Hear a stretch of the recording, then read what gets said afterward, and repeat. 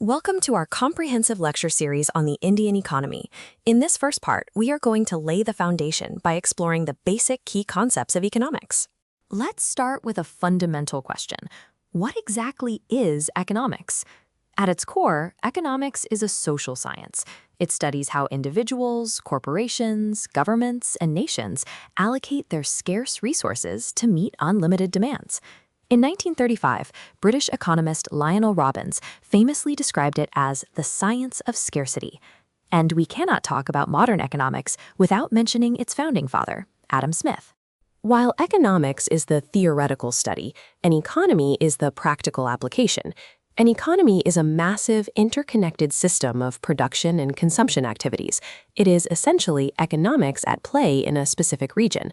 When we look at how these activities allocate scarce resources within the borders of India, for example, we are looking at the Indian economy. Now, let's look at economic activity. This refers to the use of limited resources to satisfy our seemingly unlimited human wants. An important distinction to remember is that while all activities that generate income are classified as economic activities, not every economic activity will necessarily generate income. Economic activities can be broken down into four main types. The first is consumption. This is the activity where the utility or usefulness of goods and services is used up to satisfy our wants. Something as simple as eating a meal or drinking a glass of water is a classic example of consumption. The second type is production. This activity is all about adding utility or value to goods and services. Think of raw materials being transformed into something useful.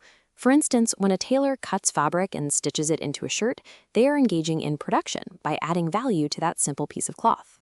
Next, we have exchange, which is often referred to as price determination. This is where goods or factors of production are bought and sold, usually using money. Exchange is divided into two parts: product pricing, which looks at how goods are priced in different markets, and factor pricing, also known as distribution. Factor pricing determines the rewards for the factors of production: rent for land, wages for labor, interest for capital, and profit for entrepreneurship. The fourth kind of economic activity is investment. Investment involves producing capital goods that will be used to create other goods and services in the future. Unlike consumption, investment satisfies human wants indirectly. For example, manufacturing a sewing machine does not directly clothe someone, but it allows a tailor to make shirts for years to come. To analyze these economic activities, we look at them through two different lenses. Eminent Norwegian economist Ragnar Frisch classified economics into two main branches. These are derived from Greek words, mikros, meaning small, and macros, meaning huge. This gives us microeconomic analysis and macroeconomic analysis. Let's zoom in on microeconomics first. This branch examines the actions and behavior of small individual economic units. For example, it studies the demand for a specific product by a single household. Its main branches include product pricing theory, factor pricing theory, and economic welfare theory. It is essentially looking at the individual trees rather than the entire forest. On the other hand, we have macroeconomics.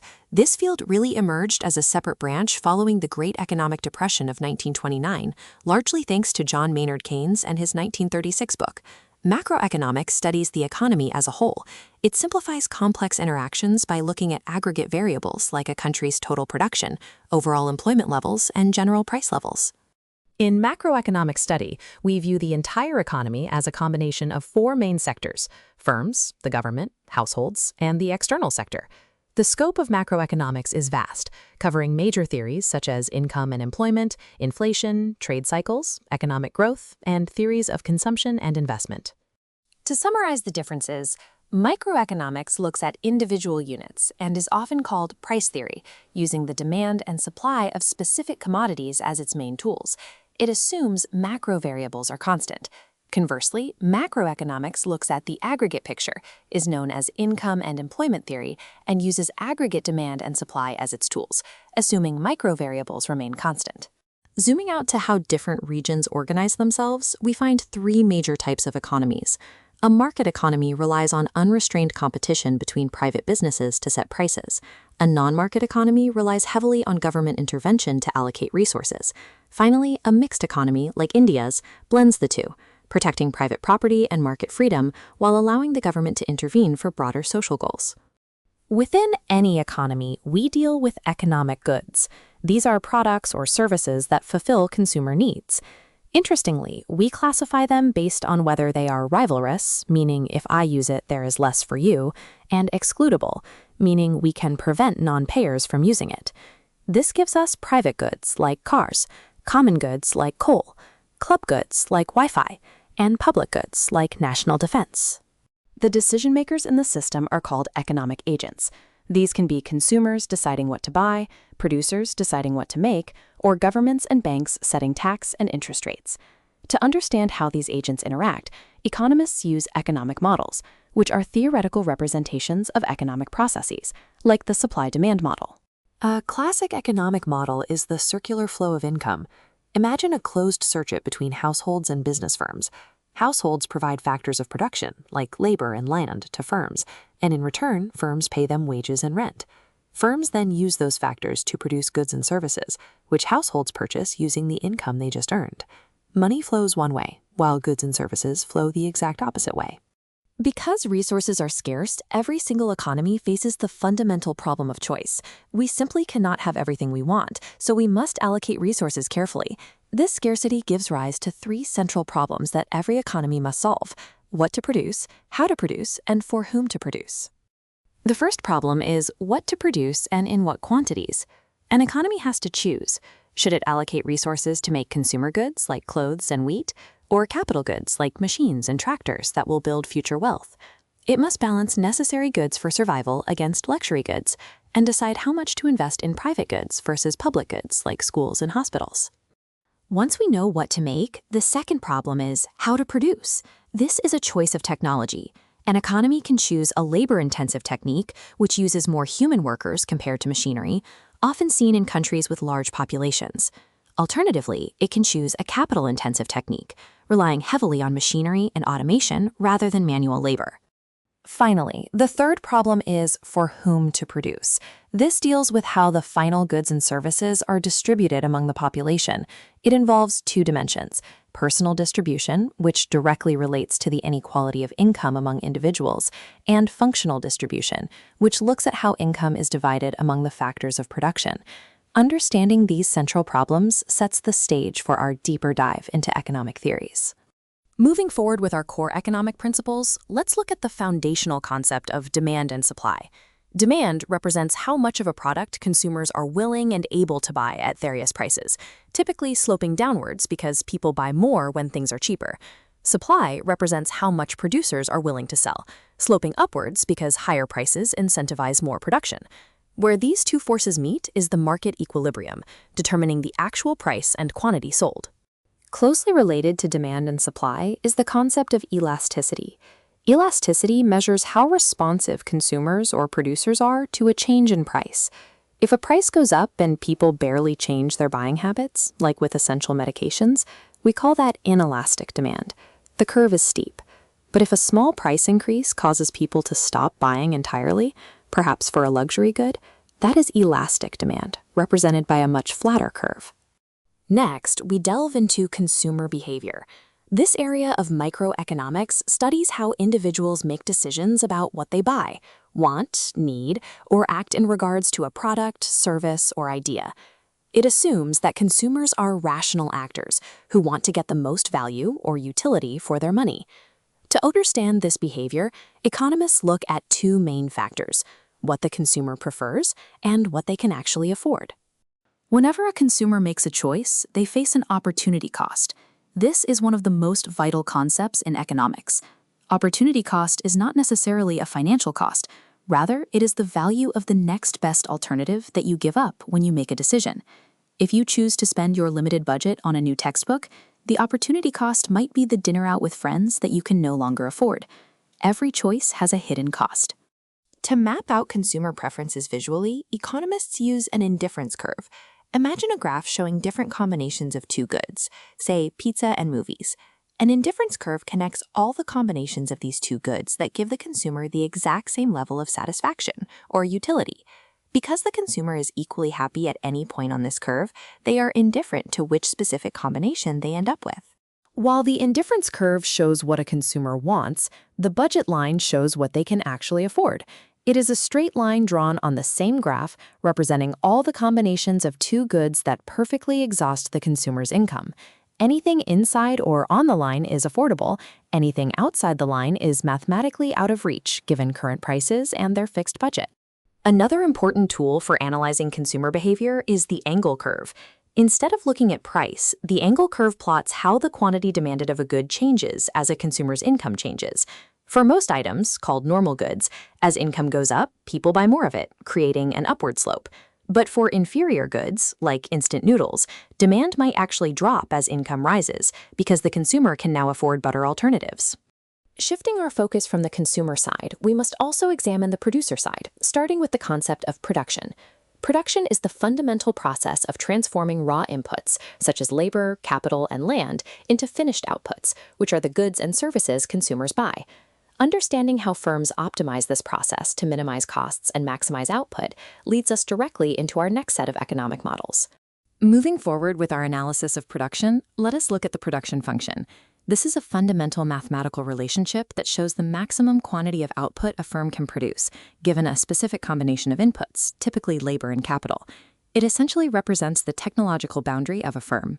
Expanding our view to the entire economy, we encounter the production possibility frontier, or PPF. This curve illustrates the maximum possible combinations of two goods that can be produced when all available resources are fully and efficiently utilized. Points on the curve represent efficiency, while the slope indicates the trade-offs or opportunity costs of shifting resources from one good to another. Next, we have the ISO cost line. Think of this as the producer's budget constraint. It represents all the different combinations of labor and capital that a firm can purchase for a given total cost. The slope of this line is determined by the relative prices of the inputs, specifically the wage rate for labor and the rental rate for capital.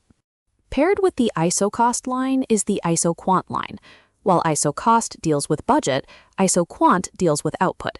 An ISO quant curve shows all the various combinations of inputs that yield the exact same level of output. The shape of the curve reflects how easily a firm can substitute one input for another, like replacing manual labor with automated machinery, without changing the total production volume. When a firm decides to scale up its operations by increasing all inputs proportionally, it experiences the laws of returns to scale. There are three possibilities here. If output increases by a larger proportion than the inputs, we have increasing returns to scale. If it increases by the exact same proportion, it is constant returns. And if output grows by the smaller proportion, the firm faces decreasing returns to scale, often due to management inefficiencies. Finally, all these production decisions are heavily influenced by the market structure in which the firm operates. Market structure refers to the organizational and competitive characteristics of a market, ranging from perfect competition with many small firms to a monopoly dominated by a single seller. This environment dictates a firm's pricing power and strategic behavior, which we will explore in the next segment. Moving right along into our next major concept, let us look at market structure. This refers to how different industries are classified and organized based on the degree of competition. As you can see on the spectrum, markets range from perfect competition, where many small firms sell identical products, all the way to a monopoly, where a single company dominates the entire market. Understanding where a firm sits on the spectrum tells us exactly how much pricing power they have. Next is business cycle theory. Economies do not grow in a perfectly straight line. Instead, they experience natural, recurring fluctuations. We see periods of expansion where GDP grows and unemployment falls, eventually hitting a peak. This is inevitably followed by a contraction or recession, where economic activity slows down until it hits a trough, and the cycle begins all over again. You have probably experienced this next concept firsthand: dynamic pricing. This is a highly flexible pricing strategy where businesses adjust the cost of their goods or services in real time. Algorithms track changes in supply and demand, competitor pricing, and even the time of day. Think of how ride-sharing prices surge during a rainstorm, or how airline tickets get more expensive as the flight fills up. On the darker side of pricing strategies, we have predatory pricing. This occurs when a dominant company deliberately sets its prices so low that it actually loses money on every sale. Why do this? The goal is to starve out smaller competitors who cannot afford to take those losses. Once the competition goes bankrupt, the large firm establishes a monopoly and hikes prices back up. It is highly anti-competitive and illegal in many jurisdictions. Now, let us touch on a foundational idea from Adam Smith, the invisible hand. Smith argued that when individuals pursue their own self-interest in a free market, they unintentionally promote the general benefit of society. By trying to maximize their own profit, producers create the goods that consumers want, at prices they are willing to pay. The market self-regulates without the need for heavy-handed government intervention. How does economic growth affect inequality? The Kuznets curve, named after economist Simon Kuznets, proposes an interesting hypothesis. It suggests that as a developing nation begins to industrialize, income inequality initially increases because wealth concentrates in the hands of early investors and factory owners. However, as the economy matures, the curve peaks and inequality eventually decreases due to better education, welfare states, and democratization. Next is a fascinating concept popularized by John Maynard Keynes, the paradox of thrift. Common sense tells us that saving money is good, but Keynes pointed out a paradox. If everyone in an economy decides to save more money during a recession, overall consumer spending drops. Because spending drops, businesses earn less, which leads to layoffs. Ultimately, total savings in the economy might actually fall because people have lost their incomes. Finally, we reach Pareto efficiency. In economics, a situation is Pareto efficient if resources are allocated in such a way that it is impossible to make any one individual better off without making at least one other individual worse off. It does not necessarily mean the distribution is fair or equal. It just means that all resources are being fully utilized, and there is no wasted potential in the system. To wrap up our comprehensive look at these economic principles, remember that market structures and business cycles form the environment in which firms operate. Within that environment, companies use strategies like dynamic pricing to maximize profits. Meanwhile, overarching theories like the invisible hand, the Kuznets curve, and Pareto efficiency help us model and understand the complex, sometimes paradoxical behaviors of human economies. Thank you for following along with this series.